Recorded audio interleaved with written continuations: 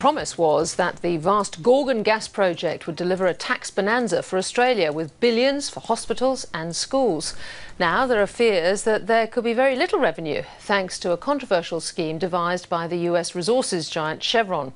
Chevron's latest accounts show that it's added $7 billion to a loan facility that critics say is a tax dodge designed to sidestep the Australian government's latest attempts to crack down on multinational tax avoidance. Stephen Long's been investigating.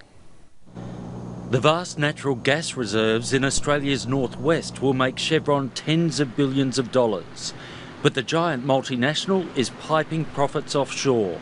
In Chevron, we have the godfather of Australian tax minimisation and, dare I say it, tax avoidance. Labelled Australia's worst tax avoider by members of a Senate inquiry, Chevron has now upped the ante, adding $7 billion to a related party transaction that could deny Australia huge sums of tax revenue. It really shows continuing contempt for the Australian government and for the Australian people. This is clearly a tax scheme to avoid payments once profits start to flow on the Gorgon project and the Wheatstone project.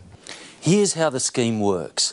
On paper, Chevron's local subsidiary borrows big money from a shell company registered in Delaware, $7 billion last year, bringing the total loan to $42 billion. The interest charges on that loan were $2.2 billion this year, but the debt's not being repaid. Chevron is running it up to offset against the Australian tax bill on future profits from our gas reserves. It does, in my opinion, look like further tax dodging by Chevron, loading itself up with debt from the US tax haven of Delaware in order to dodge paying taxes here in Australia.